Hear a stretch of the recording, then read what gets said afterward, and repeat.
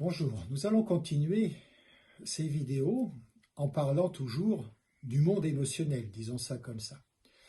La dernière fois, je vous ai parlé de l'intelligence émotionnelle et je vous ai dit que les émotions étaient toujours positives.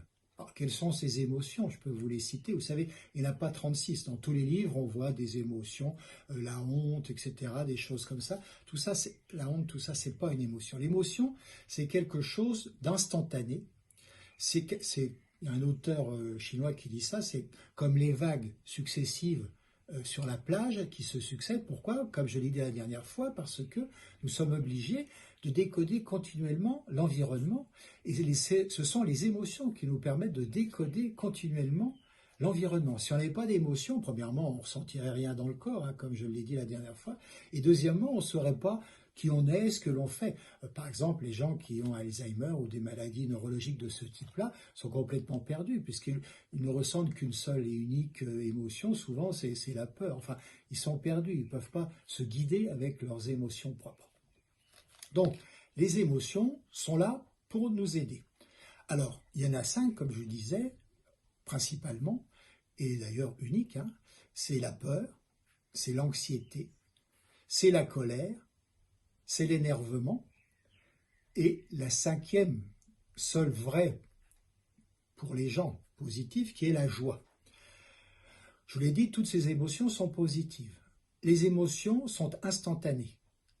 Elles nous permettent, et là même en m'écoutant et moi en vous parlant, je suis guidé par mes émotions, par le ressenti corporel. Est-ce que je parle bien? Est-ce que je suis à ce que je fais, etc. Enfin bref, l'émotion est nécessaire et excellente pour la vie. Si on n'a pas d'émotion, on ne pourrait pas vivre. Voilà, c'est tout simple. C'est pas la peine d'aller plus loin. Je vous en ai assez dit là-dessus. Donc il y a ce que je vous l'ai dit, l'intelligence émotionnelle. Alors l'intelligence émotionnelle, la dernière fois on a parlé de l'empathie, qui fait qu'avec nos émotions, nous sommes capables de comprendre les autres puisque nous allons ressentir, c'est ça qui est important, puisque nous allons ressentir dans notre corps le ressenti des autres.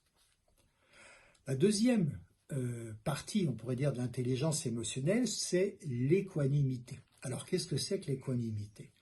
Eh bien l'équanimité, justement, c'est le fait de savoir être toujours en émotion, disons, positive, être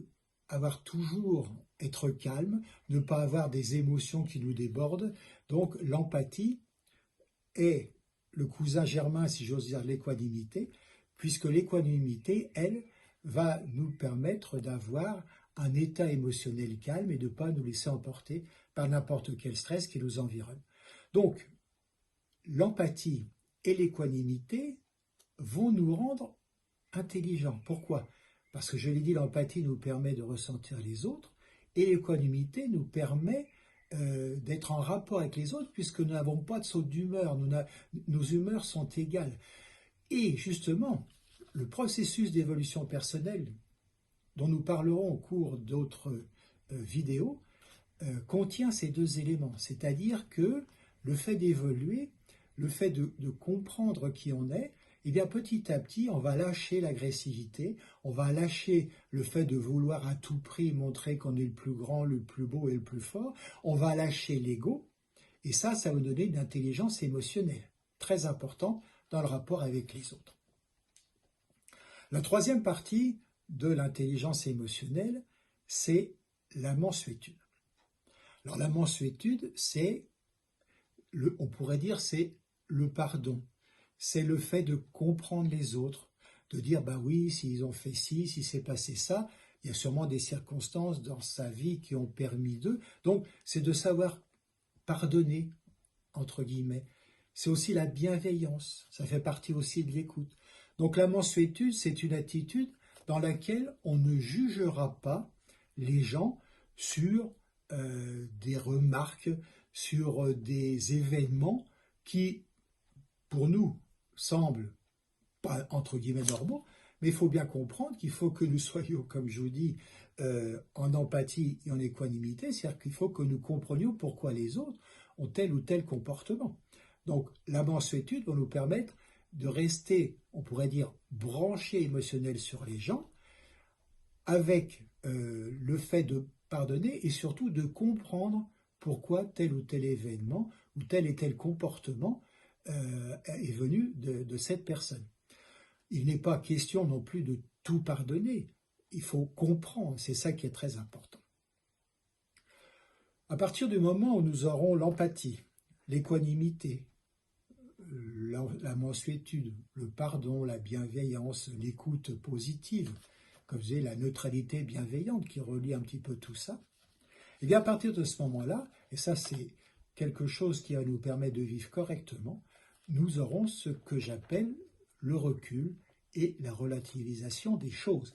C'est-à-dire que nous ne laisserons pas emporter par ce que disent ou ce que nous révèlent les gens, la télévision, les journaux. Nous aurons notre quant à soi, nous aurons notre recul, nous serons capables de ne pas nous laisser emporter par l'émotionnel de ce qu'on nous dit. Et l'exemple le plus flagrant, c'est celui qui vient de se produire, c'est-à-dire l'histoire de la Covid-19, où on avait tout un tas de nouvelles tout à fait extraordinaires, dangereuses, qui apparaissaient au niveau de tous les journaux télévisés. Comme par hasard maintenant, je me demande pourquoi, tous les jours il y a de moins en moins de gens contaminés et de moins en moins de morts. Alors, est-ce qu'on nous a dit des choses trop négatives au début et maintenant on dit des choses trop positives? Je ne veux pas juger de tout ça. Mais ce qu'il faut, c'est que face à tous les événements, ce qu'on nous dit maintenant, ce qu'on nous disait avant, ce que les journaux, ce que les gens nous disent, eh bien, ayez le recul, relativisation. Ne vous laissez pas emporter par vos émotions, ayez des comportements non dangereux, ayez des comportements intelligents émotionnellement. Et à partir de ce moment-là, eh bien, on va arriver à la dernière partie de l'intelligence émotionnelle, c'est l'intuition. À partir du moment où vous savez vous servir de vos émotions, à partir du moment où vous ne vous laissez pas embarquer par tout ce qu'on vous dit autour de vous, à partir du moment où vous écoutez votre corps qui vous dit ce que je ressens est positif, ce que je ressens est négatif, eh bien vous saurez vous guider et vous aurez un truc tout à fait étonnant qui s'appelle l'intuition. C'est-à-dire que à partir du moment, comme je vous le disais, vous aurez du recul, de la relativisation des choses, que vous saurez, entre guillemets, pardonner, que vous aurez des humeurs égales, l'équanimité, que vous aurez de l'empathie pour écouter les autres, eh bien, à partir de ce moment-là, débarrassé de tout ce qu'il y a de négatif dans nos comportements, eh bien, vous aurez l'intuition. Et l'intuition, c'est la chose la plus importante qui peut nous être donnée. Elle dépend directement de nos émotions.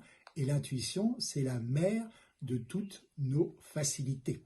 Je développerai ce thème à la prochaine vidéo. Je vous remercie. À plus tard.